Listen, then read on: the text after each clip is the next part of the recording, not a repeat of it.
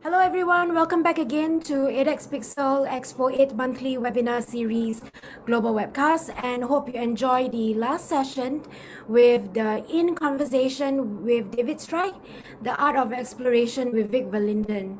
So today we convene once again for a united cause, which is our love for diving and also the ocean. Just to reiterate that 8x Pixel Expo 8th monthly virtual event 2021 celebrates the diversity of the ocean and its diving landscape, with a series of events happening on the 8th of every month, with an aim to bring trending dialogues and also deep-rooted tales on the pulse of scuba diving, and also bringing inspirational guests and also insightful stories. And for the session today, we have a fantastic panel of divers that's going to be talking about diving myth and also misconceptions. So please allow me to introduce the moderator of the session. He's none other than David Strike from Australia, and he is the ADEX Ambassador for Technical Diving Pioneer and Fellow of the Explorers Club. So David has a background in military, commercial, scientific, and technical diving. He's Australian-based. David Strike is a former field editor for Asian Diver magazine, the recipient of several industry recognition awards, and a fellow of the Explorers Club of New York. So next, we have Jane Bowman from Australia. She is, of course, AUSTEC's Industry Recognition Award recipient in 2017, International Woman Diver Hall of Fame of USA inductee, PADI Course Director, Emergency First Response Instructor Trainer, CDAA Instructor, and a Marine Safety Coxswain. So Jane actually was influenced by a trip to the Maldives in 1984, where she began a love for scuba diving, and that is still as strong today as then, and started what was to become not just a hobby but a career. PADI training has enabled Jane to become one of the few female course directors in Australia. She is also an emergency first response instructor trainer, CDAA instructor, and a marine safety coxswain. She has a deep passion and love for photography and marine biology, and that has enabled her to appreciate not only what Victoria has to offer, but better appreciate overseas destinations. Jane has traveled extensively excuse me cutting across. Malaysia. Nora, the introductions are going to be a bit long. If yes. Sorry. Please. So would you recommend that I'll just introduce the name and the designation? Would that be okay? Or just keep them fairly sort of brief. Okay. All right. So just to quick shot. So Jane was inducted in the International Women Divers Hall of Fame in the USA in 2010, and she was the second Australian after Valerie Taylor to be selected for his awards based on her extensive training, teaching, and technical diving experience, especially for female divers. She was awarded AUSTEC's Industry Recognition Award in 2017. Of course, next is Dr. Dawn Kernagis from USA.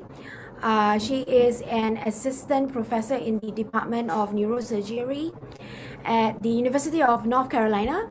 She studies ways to protect the brain and nervous system for individuals in high-stress environment. And in 2018, she received the Undersea and Hyperbaric Medical Society's Young Scientist Award. So based on Dawn's background, in underwater exploration and also diving medicine research, Dawn was inducted as a member of the Women's Divers Hall of Fame and as a fellow of the Explorers Club.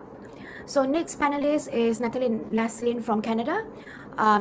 She is, of course, an underwater explorer and also an underwater filmmaker with PixNet Productions.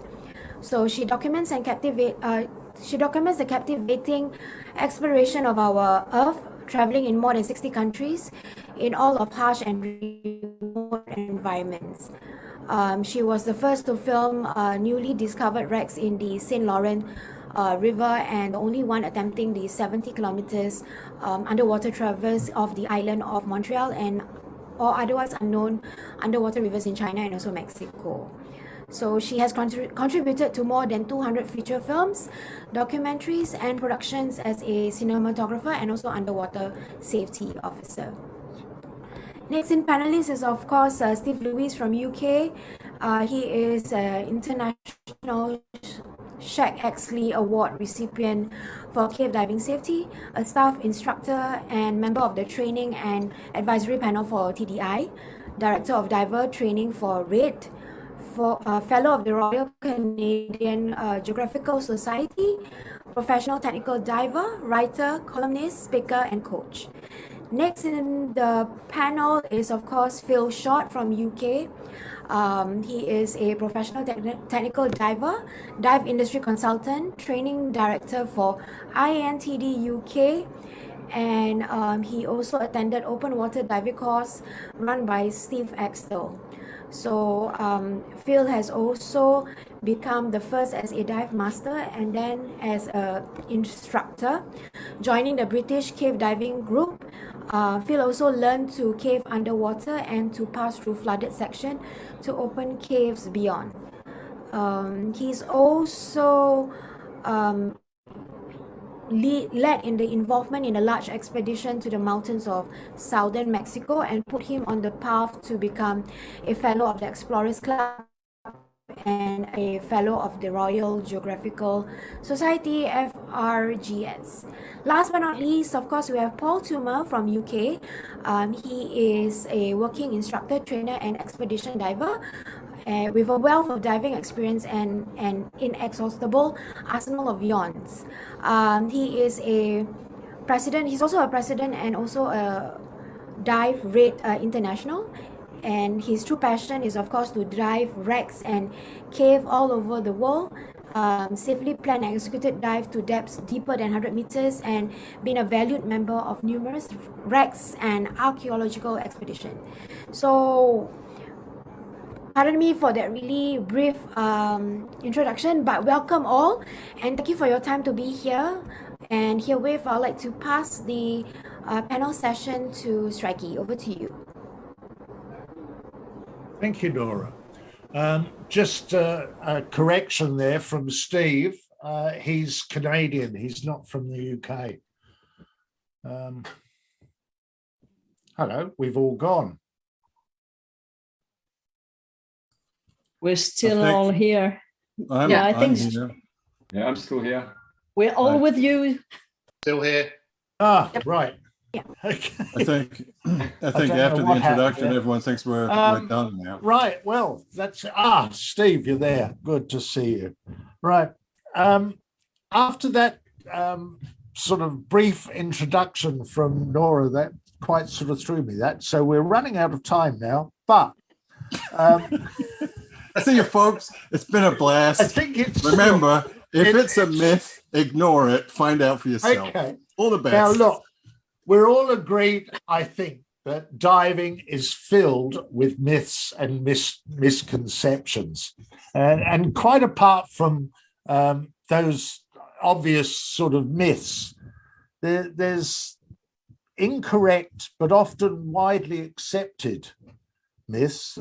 These are incorrect reporting by some dive leaders that aim to rebut and dispute reasonable assumptions as myths. So we've got a lot of ammunition here. And what I'd like to do is to kick off, and being totally politically incorrect, ladies first.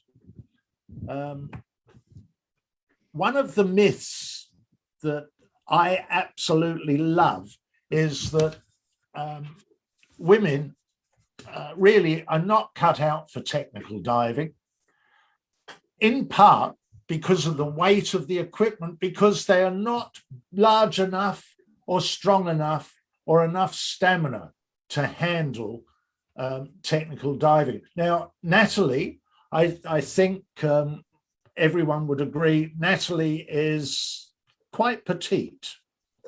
And as some people said, I'm vertically challenged. I wouldn't go that far. But I find it really fun. And but you're right. It's such a myth. Like, well, you won't be able to do it. The equipment is, too heavy, or you don't have so many things to be able to achieve to be a technical diver and a good technical diver. And when you want to do something and you put your time to practice, to have the best way of fitting the equipment to what you want to do, there's always a way to find out the best solution, the best options to do whatever dive you want to do. And there's no limit. And I think one of the things we have to remember is, like, so many handicapped people can dive, and it's such a pleasure for them. So physically, I think we put a lot of emphasis on equipment, on the physical, but we forget about the mental part of the dive, and more specifically on technical diving. So we can scrap that myth for a start then. Oh, yes, completely. Absolutely. Ignore it. Yeah. And Paul, I know you've got a lot of views with regard to women in diving. Are you there, Paul? I am here, sir. Ah. Yeah, I do. When I started my dive center, quite bizarrely, we had about between 55 and 60% of our customers were female. And when we branched into technical diving, of course, this myth came straight to the top, right? The girls will not be able to handle twin sets and stages and everything. My first thought was, well, it's a complete lot of cobblers, but how do I kind of smash the myth in my own dive center? So we came up with a simple policy. We teach diving, not walking, right? So we're not going to challenge you to walk around a car park in a twin set with stages on. We're going to customize the equipment for you. And funnily enough, we taught more girls to technical dive than men. The girls went deeper, stayed in the water longer, were less challenged by the scope of the dive. It was really, really amazing. And it was just, I just can't believe that someone would even come up with a comment like that. The last time I heard a comment like that was my cousin Tommy, right, in London, who sold secondhand cars, right? And he happened to mention to my wife that no woman would be able to put an engine in a car. Well, my wife is 6 foot tall nearly, right? Phil knows her very, very well, right? If she wants to put an engine in a car, she will put an engine in a car, right? And I do feel like we're on the diving version of Mythbusters here, but really, what has weight of equipment got to do with anything when you get in water where it weighs nothing? What about the psychological aspects as well? And Dawn, you probably be best equipped to handle that. Strikey, Sorry, I think Steve. I think that's the key. It's the psychological side of it, and to make a broad generalization, and it is a broad generalization, I would say that the average female is not, and this is a generalization, the average female is not encumbered by the male testosterone. I've got a bigger dick than everyone else, which gets in the way of actually looking at the situation in a true sense. So having taught a lot of women technical diving, having had that pleasure, I would say that initially you can get straight into it straight away because they have the mental focus. And again, it's a terrible generalization, but they have the mental focus that they can actually start to grab that important aspect of it a lot easier than the average guy who comes in with the attitude of, oh, she's only little, she can't handle the equipment, so she can't do it. Bullshit. Yeah, I'd just like to jump in and thank Steve for being the first one to swear or talk about genitalia on this call. I'm glad it's not me. Yes. We can tick all the politically incorrect boxes. Yes. Je suis canadien, hein? Parce que c'est naturel. And Dawn, in terms of the psychological implications of diving, women are sort of quite superior, aren't they, in some respects? I mean, I'm going to be careful saying yes to that with some of the people that are on this panel. See so how I carefully led you into that little plot there.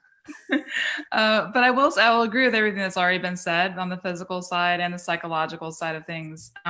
You know, just kind of pointing out that it's not just technical diving, right? You could say that, I mean, so if you go back to the history outside of diving itself, so look at, you know, things like space exploration or, you know, cave exploration or other expeditionary type of things.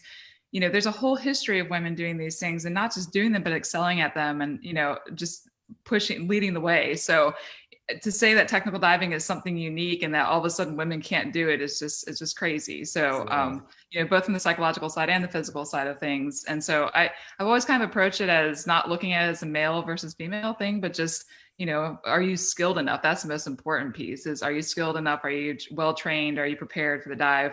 But it doesn't matter if you're male or female. So yeah, I think women are right up there on par and we've proven that over and over again. So not a question. There was also that you've got to be, this is another misconception. It was held up as being a myth that you had to be physically quite fit to dive, not just a woman, a bloke as well, quite physically fit to dive. And then in recent times, this has been poo-pooed as a myth. You do not have to be physically fit to dive. How do you feel about that?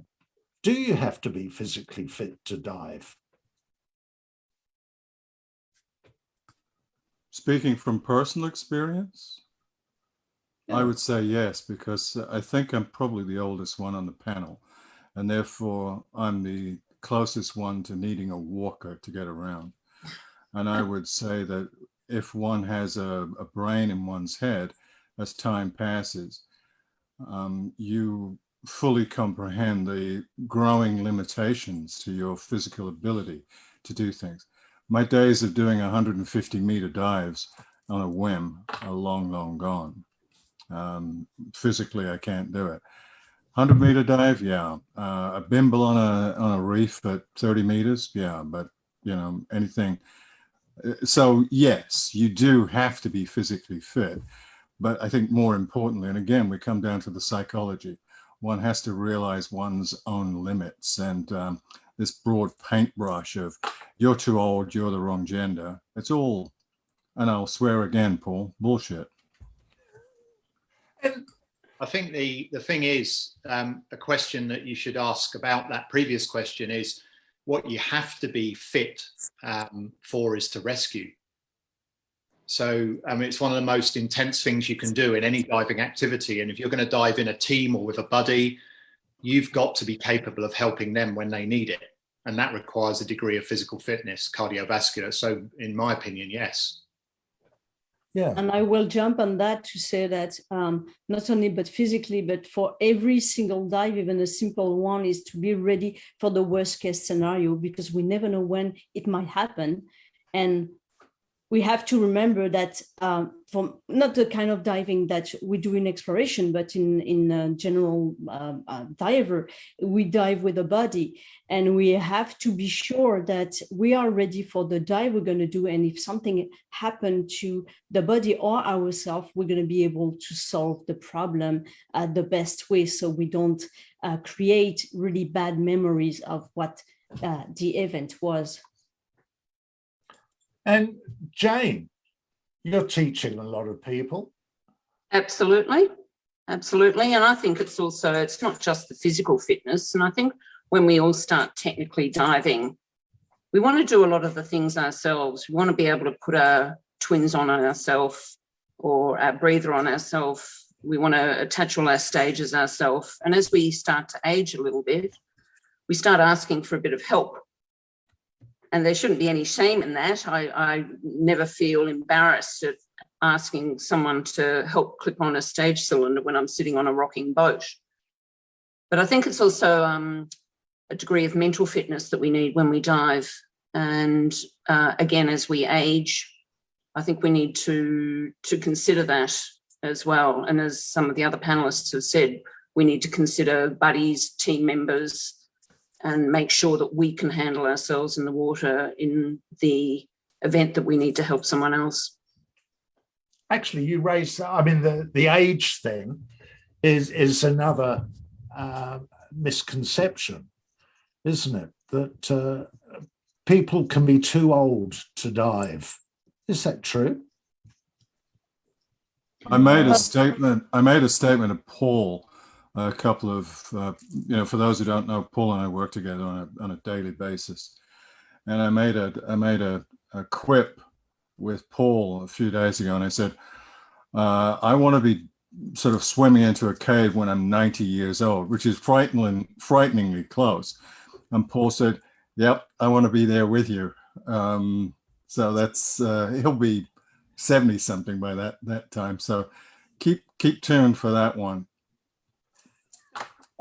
I think when it comes to age, fitness, whether that with physical fitness or mental fitness, I think we also, I totally agree with the rescue thing, because that is vitally important. One of your roles as a buddy, let's just go to recreational diving, is to be a buddy. You know, if I look at this panel, I've got many buddies on here, and I don't expect them to let me down, which they never do.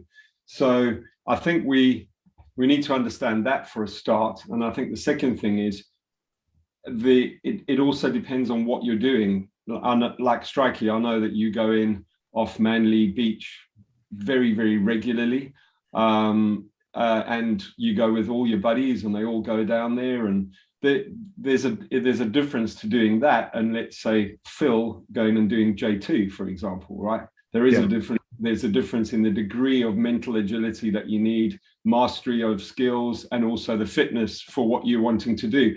I remember I was very honoured.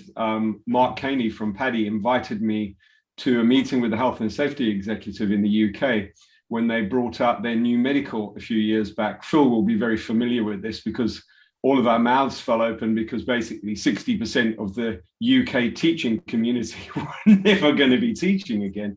And the overriding factor that came up there was, what are these instructors doing, and can they rescue? So these 90% of these guys are wearing a single tank and a BCD, which is relatively simple to work with. You're not dragging a rebreather with 4 stages through the water and trying to get them onto a boat. You're bringing a single tank up. And the health and safety executive took a real, very positive view on that, and actually did change some of the parameters of the medical.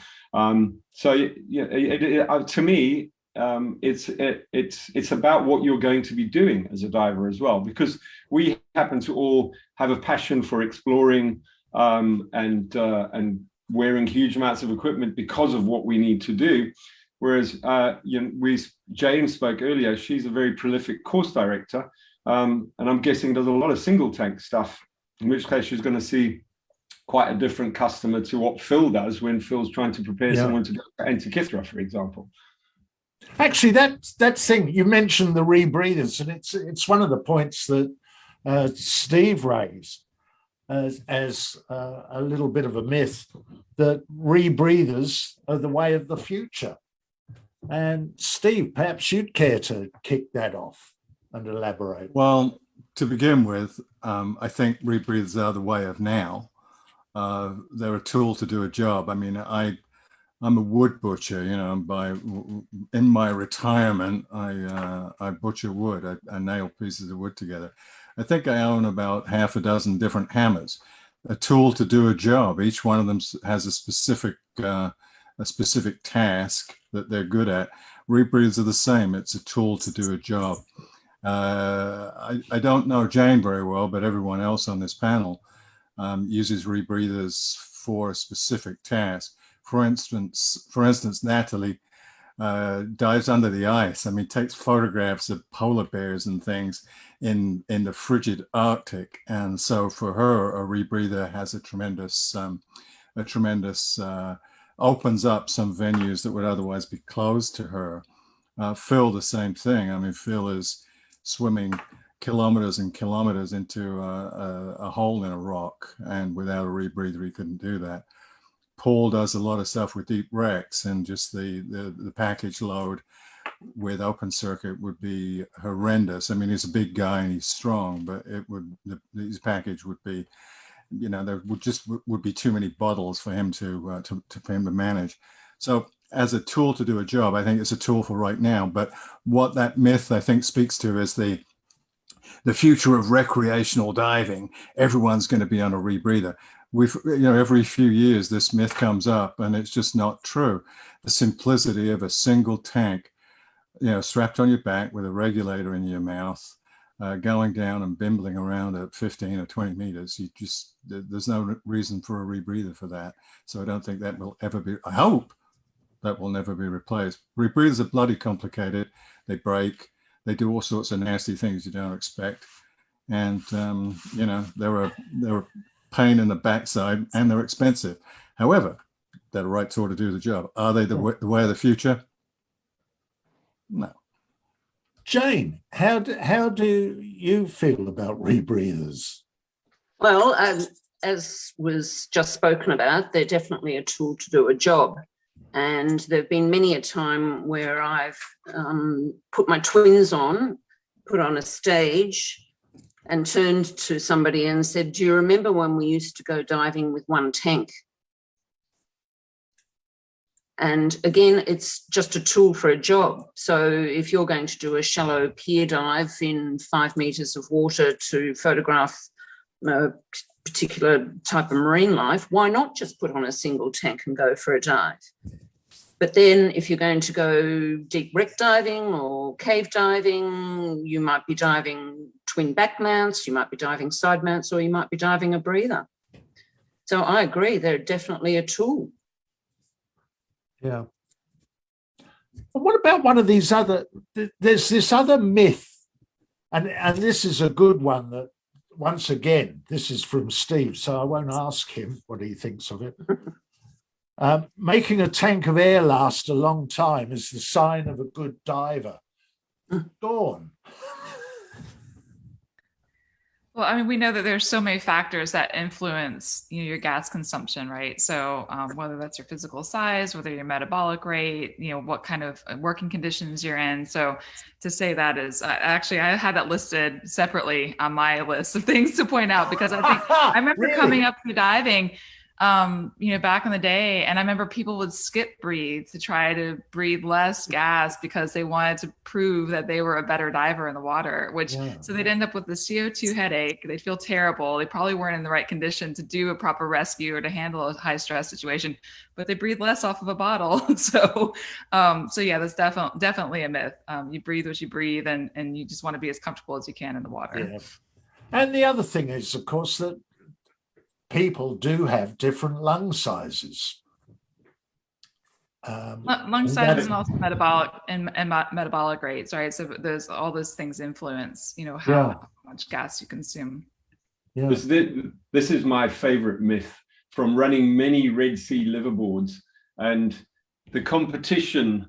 There were always 2 competitions on the boat. The first one was absolutely air consumption, and I remember guys coming up and they're like, how much bar have you got left? Oh, I've got 100 bar. How much bar have you got left? I've got 105 bar. And then you go and look at their gauges and they've all got 5 bar, right?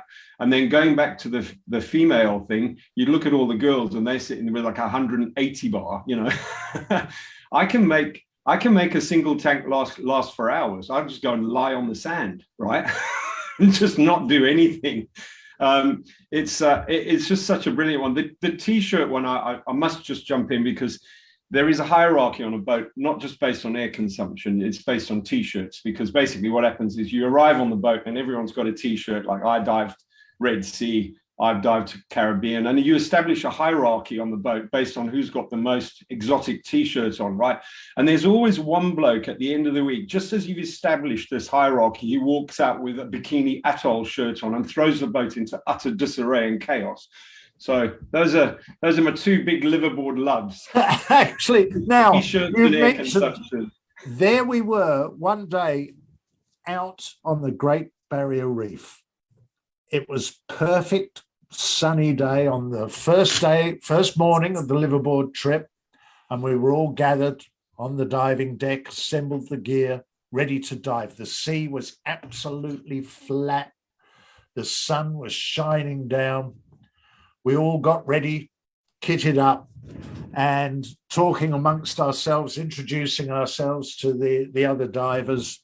And one of the guys from the UK said, yeah, well, you Aussies don't know what real diving is all about.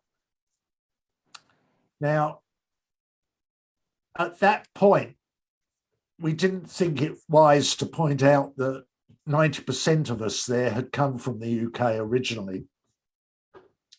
But I did ask the question, so, sorry, whereabouts do you dive? And Stony Cove, I think, was the answer. And he did wonder why we all fell over laughing. So, yeah. Some people are natural divers, apparently. Steve, that was another one of yours. I don't necessarily, I think maybe Dawn should answer that one, but I do want to mention something about the t-shirts. I would like to bring to everyone's attention that Phil Short has a t-shirt that says on the front, do you know the definition of nemesis?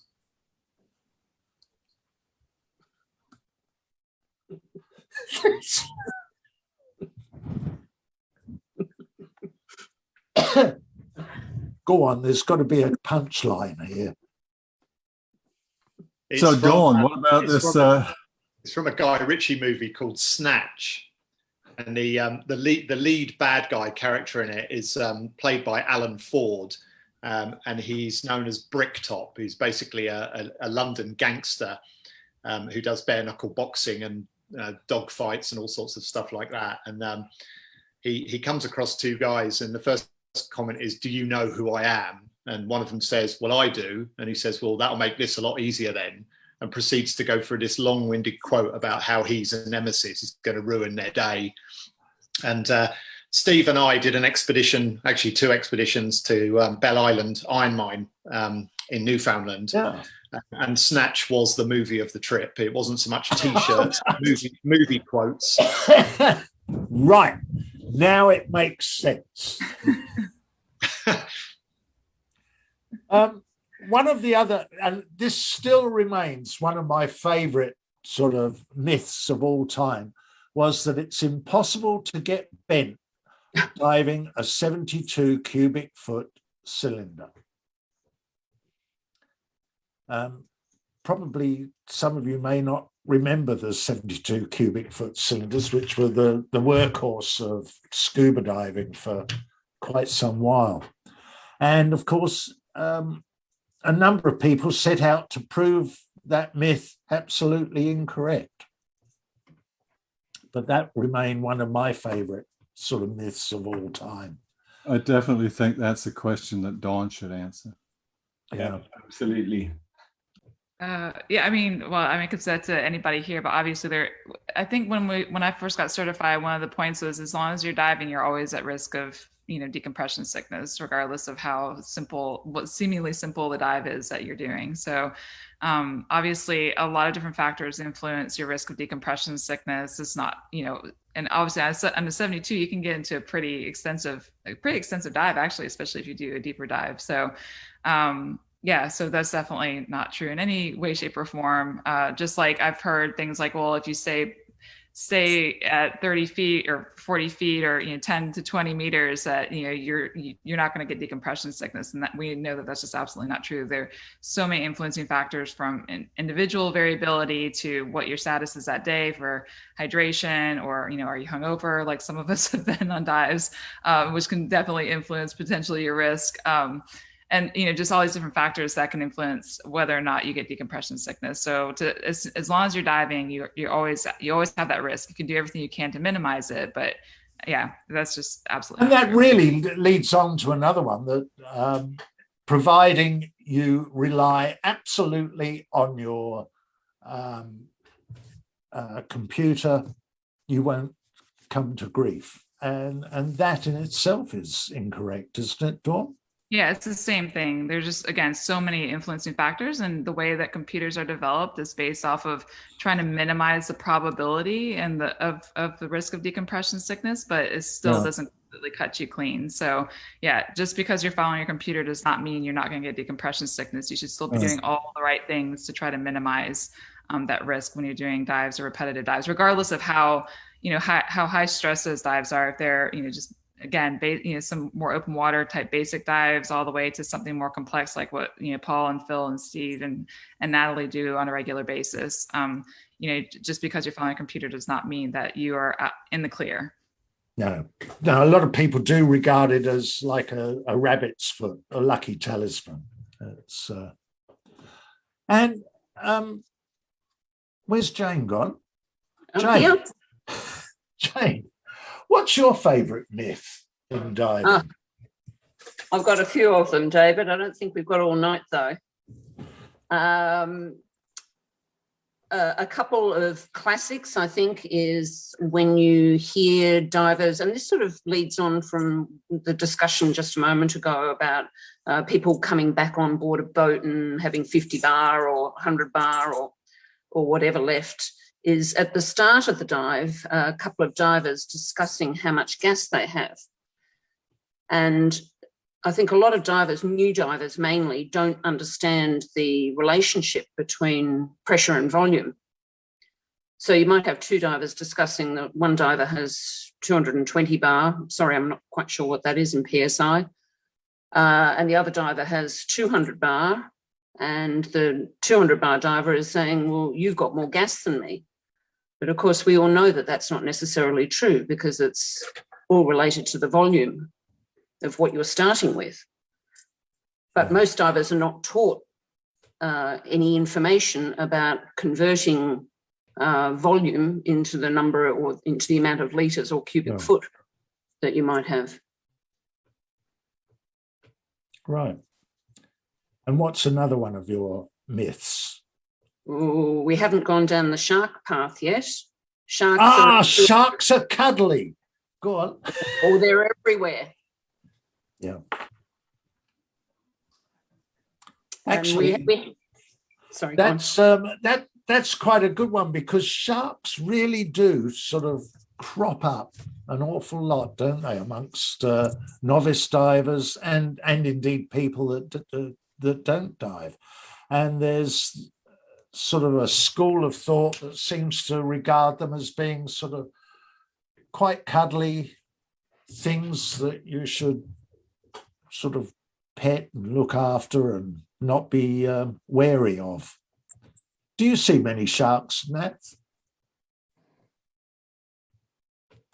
I don't see too many of them where I mainly dive.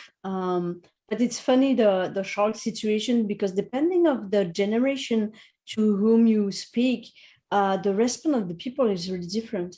When I see people my age, they fear the sharks in most of the situation. But when I give lectures to the kids, it's so different how the perspective, how their education was different, and how they see the sharks and marine life in general. And it's really funny to see how much they know. When I talk to them about the Arctic and the narwhal, they know them. They know that they exist. And when I talk to someone my age, it's like, oh, no, they don't exist narwhal. It's like, yeah, they do. But you have to prove it. So it's really funny how the perspective is becoming really different when you go through to the new generations. Oh.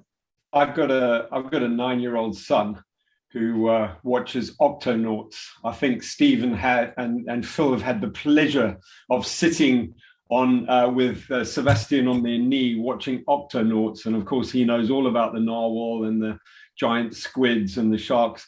And in actual fact, he's been blessed because he's got a bed full of fluffy sharks. His opinion and the opinion of his school friends. I did a presentation on sharks after I came back from Galapagos, I think, and there wasn't anyone in the class that asked me, was I scared about getting bitten, except the teacher. The teacher. Really? The kids were like, it's fine, isn't it? Yeah, really funny. And Phil, what's some of your favourite myths in diving? Funnily enough, I was one came up yesterday because I've been getting ready for this panel, and I was working with a friend of mine, and a lot of people in the panel know him as well, Rich Stevenson, for the BBC yesterday, filming seahorses. So we chose the right tool for the job, just basically open circuit, small cylinders. And I was walking down the beach, and all the kids are on the beach making sandcastles somewhere. And this young boy came up and said, "Here, mister, isn't that oxygen tank dangerous?" And it reminded me of all the old black and white dive movies where it's like, grab my oxygen tank. I've got to take my oxygen tank. And it was just like every tank a diver wears is an oxygen tank, which obviously we all know is no use below 6 meters. But, and you go back to old Sea Hunts and old James Bond movies, it's the oxygen tank. And it was so weird yesterday to have a little boy come up, say, "Hey, mister, is that your oxygen tank? Is it dangerous?" And I said, no, it's not dangerous, blah, blah, blah. He said, "Well, what are you doing?" I said, "Filming seahorses." And just like Paul just said, he knew all about seahorses. He was really interested in seahorses, but he had this myth ingrained in him that I was diving an oxygen tank. But that's, see, now that people are using rebreathers, that's not such a myth anymore, is it? If you had your actual rebreather there, you would have. Yeah, half and half, an oxygen tank and an air tank, and it mixes it itself. Yeah. So it's one of those things that it changes with time, like a lot of those myths, a lot of misconceptions. They actually change over a period of time. Absolutely. Something I think those of us that dive a rebreather might be able to relate to, and this is a kid story. I was getting ready for a dive, and I had a rebreather on my back, and there were lots of little kids, and one of the kids came up to me and said, just like Phil, "Oi, mister, is that what astronauts use for a rebreather?" And I said to him, "Yeah, it is." He went, "Oh, that's great, isn't it? What are you going to see? You're going to see treasure? Or there's skeletons down there?" Which was, the other side of the coin. But he knew what a rebreather was. I like the way that every dive site Steve goes to, there's little London kids that approach him. Well, it's the only accent I can do. No Canadian. To do a different accent, I have to speak German or Spanish, Hast du Lust, heute vertauchen zu gehen? So, Dawn, what's some of your favorite myths? Probably one of my favorite ones is that diving in general is an adrenaline sport. It's lumped together with these adrenaline sports, where it's like, "Oh, I got through that alive. Okay, we're good for the next one." I've always said that, in my opinion, if you come out with an adrenaline rush from a dive, something went wrong. Like, that's not typically the plan going in, is to get an adrenaline rush. So I've always seen diving as completely the opposite, where it's a very well thought out, very well planned, and hopefully, well executed. But even if things don't go exactly as planned with your training, with proper training, you should come out of a situation not feeling like, "I just survived that one." So that's probably one of my favorites. Right. To debunk. What about you, Paul? I have dozens. Phil got my how much O2 in that tank, mister. I've got a few. I wanted to show you this photo. I managed to dig it up. This is going back to what Nathalie was saying about the misconceptions of the older generation. This is in the back of a Batman helicopter, right? It's Batman and Robin from the late 60s, early 70s. And can you see all the repellents? The Barracuda repellent. And the manta ray repellent is my favorite. So I do like that. But the other ones are all the myths around James Bond. I just love those. That you can.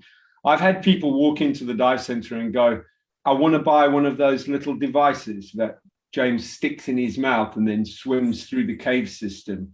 I just love that. I think that's a fabulous one. But I think my favorite one actually is snorkeling is boring. I was a very prolific course director as well. And obviously during an instructor development course, you talk about all of the programs offered by the training agency, and snorkeling is one of them. And I'd sit in the room and I'd say to everyone, "Right, hands up, who wants to go snorkeling, who wants to go diving?" no one had put their hand up for the snorkeling. And then I'd go, okay, so what we're going to do is we're going to go to a reef in Egypt, Ras Mohammed, and there's whale sharks there. So we're going to jump in our scuba and we're going to go and try and watch the whale sharks. Or shall we jump on our snorkels and go and try and watch the whale sharks? And you can see the look change on their faces. My other one was, why don't we go to South Africa to the sardine run, and you can have a crack at watching the sardines and the birds and the whales and the dolphins on scuba, or you can free dive it and use your snorkel. So snorkeling is boring is one of my favorites, because snorkeling is definitely not boring. Yeah. Another one is, and it's held up as a myth, that diving is expensive. And that was one of the training organizations showed that as being a myth. It's not, is it? Or is it? Is diving expensive? It can be if you want it to be, but so can mountain biking. You know, you can go mountain biking and go to your local supermarket and buy a bicycle for $250 and off you go. You've started your sport. Whereas if you want to swim into the back of a cave on a rebreather, then it suddenly becomes an expensive undertaking, doesn't it? Yeah. I think the manufacturers have done a pretty amazing job over the years. I mean, if I think when I learned to dive, Phil was my instructor, by the way. When I learned to dive with Phil, right? How's that for bizarre? Okay. I got bitten by the bug massively. Within 6 months, I had my first store open. And I remember what I was selling dive equipment for. And you can still buy equipment at that price. And it's even better than it was then. So I think the manufacturers and the manufacturing processes have become amazing. To me, I don't think it's an expensive sport, especially for what you get out of it, right? I mean, you as soon as you become a diver, you get a passport to 70% of the world, not just to your own backyard. Yeah. Yeah. And when Nathalie. you think about it, the equipment, you can keep it for so many years. I still have my first regulator. You just do regular maintenance. And, you know, like more than 20 years ago, it's still the same one. So the first investment may look like something important. However, you're going to use it for years and years without having to change it. And nowadays, whatever the kind of activities you're going to want to do, if you want to add a lot of electronics, high technology equipment, it might be more expensive. But for the basic recreational diving, it's not that bad. I don't think so. But once again, of course, Paul, if you want to do some exploration, well, then it's a commitment. But for most of the people, it's not a job. It's something to have fun with, to see things, not to be about just the equipment. Or actually, that was one of your points as well about equipment, wasn't it? It's I think I've got the best equipment, so I'm a great diver, no matter what I do. Yeah, because, you know, it's not just all about the equipment, but it's like that with other activities like photography. You know, it's like, oh, what is your camera? What is the best camera? Well, some pieces of equipment are way better than others for some things, but it's not all about the equipment. It's not the piece of equipment that's going to make you a good or better diver. It's how you're going to be able to practice, to be good to use it. So we do put a lot of emphasis on the best equipment, the tool that, you know, is going to make the dive, but is it the person who's going to make the dive? So. And actually, we've got Alex Santos just sent in a question. It's one of his favorite myths is that you can ultimately build up resistance to narcosis by just going gradually deeper and exposing yourself to more. Dawn, how do you feel about that?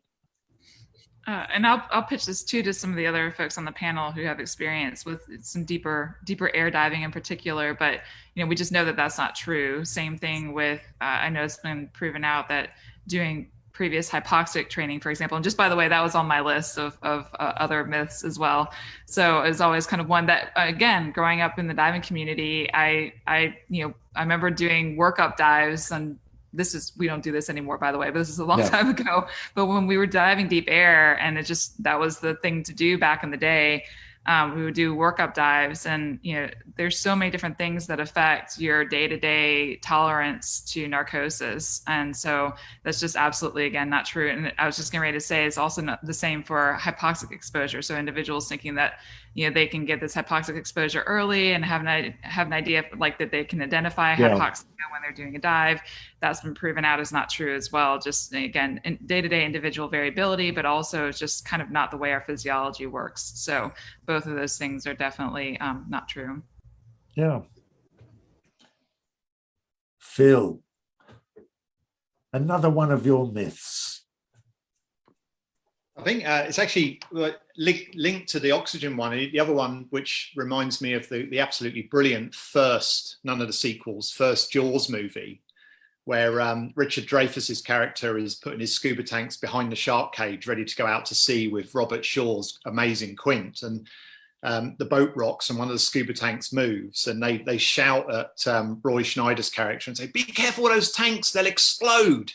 And then, of course, they use one of the tanks to blow the shark up at the end. So there is this kind of assumption in the untrained that this like high pressure bottle is basically a bomb. And I know from experience being a cave explorer, and my particular field of cave is where you do a lot of dry caving first before you finally get in the water. I've seen them like thrown through holes, dragged through boulder chokes, on occasion actually accidentally drop down vertical pitches, going clang, clang, clang, clang, clang, and everyone sort of sits like that, nothing happens, and they carry on and work. So I think the fact that, diving cylinders aren't hand grenades. They don't just spontaneously explode if they fall over. No, I think it's mainly the valve at the top, isn't it? Yeah. If damage the valve and the thing goes off like a rocket. Yeah, like a rocket. I think something I'd like to add to the previous one, Dawn's comments about narcosis. I think much like the fitness question about rescue, I've done dives 20 years ago that now I wouldn't even contemplate, and I know were wrong 20 years ago, far too deep on air. And what I'd say is that while it's all going well, you get away with it, and you may even feel good doing it. But if something goes wrong, like for example needing a shutdown or needing a rebreather response drill, like a dill flush, that degree of narcosis, you can't cope. It's the multiple task loadings, which kind of makes it a bad idea. It might feel good on the day, but when things go wrong, you're just not going to cope with it all. So it's definitely a myth. Yeah.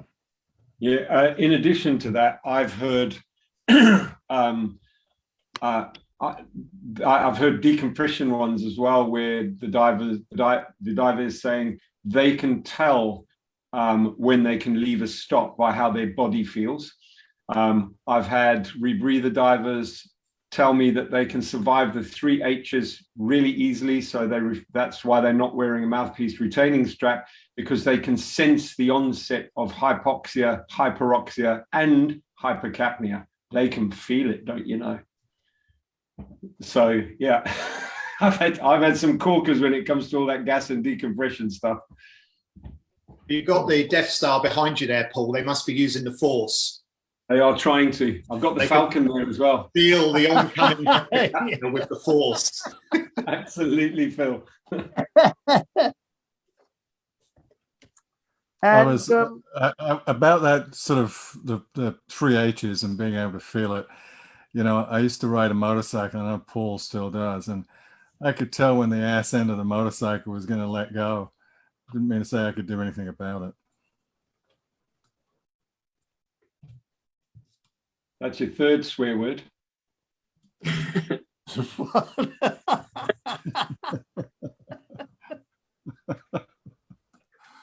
Well, we're starting to come to the end of the session. But there's so many of them here. I've got, and this indeed is another one of Steve's that I'll throw out there. dive masters are dive professionals and have special skills. Is that a myth? Steve's gone. No, I think it I'm not depends on done. your definition. I would really like to hear other people's opinions on that. I mean, one of the things, and I should say that the genesis of this myth, using genesis, does that make up for a swear word? Anyway, the genesis of this myth, I think, is that back in the olden days, before there was any real technical training, when people wanted to become a better diver, they would go down the professional path and take a dive master course and then an assistant instructor and instructor course in order to become a better diver. And of course, the truth of the matter is that, for example, a dive master doesn't make you a better diver. It makes you more organized and probably better able to recognize when someone's teetering on the edge of their comfort zone. But that has nothing to do with the technique of diving, being able to hold your position in the water column, being situationally aware, and being a good team member. It's got nothing to do with that at all. Panel?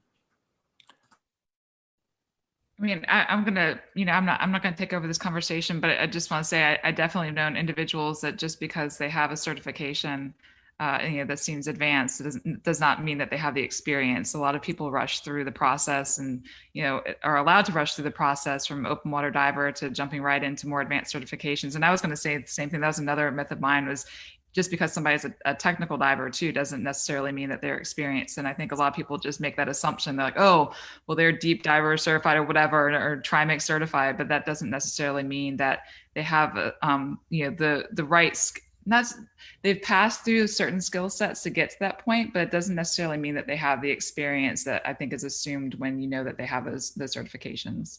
That was one of mine. Actually, that was another one of my favorite ones. There's that wonderful difference between certified and qualified. And regrettably, a lot of people can't tell the difference between the two. That a certification card does not mean that you're necessarily qualified to do the dive. Jane, would you agree with that? I agree with that, David. I had a guy just recently come and do a course with me, and when I asked him about his experience to date, because I'd not met him as a diver or potential student before, he had told me about a number of courses that he'd taken, and I thought to myself, this guy is just qualified to dive with an instructor, because the only diving he has done are dives on courses. Yeah. Yeah, I've had some interesting ones on this as well. When I signed up to become an instructor, and I went and did my instructor exam, there was 66 people on my instructor exam, and I spoke to quite a few of them, and it was amazing how many of them had only done lake dives, and some of them only in one lake for their entire 100 dives to become an instructor. And I think the sad thing is that the training agencies still believe that a certification is a qualification, and that's what it should actually mean. If you come on a course with me, and I dare say any of the other instructors on here, I certainly know if you go on a course with Phil, if you get that certification at the end of it, you are qualified to go with someone of equal qualification on the dive that he has just taught you to do. And I think what's happened is we've lost this kind of thing that you should earn your certification. Everything seems to be, well, I've paid for my certification, I should be given it, whereas I'm guessing that when Dawn studied at university as diligently as she did, I don't think that the dean of the university said, well, Dawn, you paid us a load of money, here's your doctorate. I don't see that happening. Yet in scuba, we do see it, unfortunately. And I think earn your certification would take care of that. And as I said, we're almost out of time, but one last one here for everyone. my buddy is responsible for my safety. Paul. Yeah, I think you've got two, when you make a statement like that, the problem is that both buddies are thinking the same thing, right? And we've all seen this, where the one buddy's going, well, this is a great dive. I know I should be leaving at 70 bar and I should be on the surface with 50 in my single tank, or whatever the protocol is for that dive. I've been in caves where you've got the rule of thirds and the one diver is swimming along. You can see them looking at their gauge. They're looking at their gauge and they're going, well, I'm pretty positive my buddy has got loads of gas. And what happens if the other diver is having that exact same thought pattern, which is frequently, I've seen it. I haven't seen it frequently, but I have seen it happen.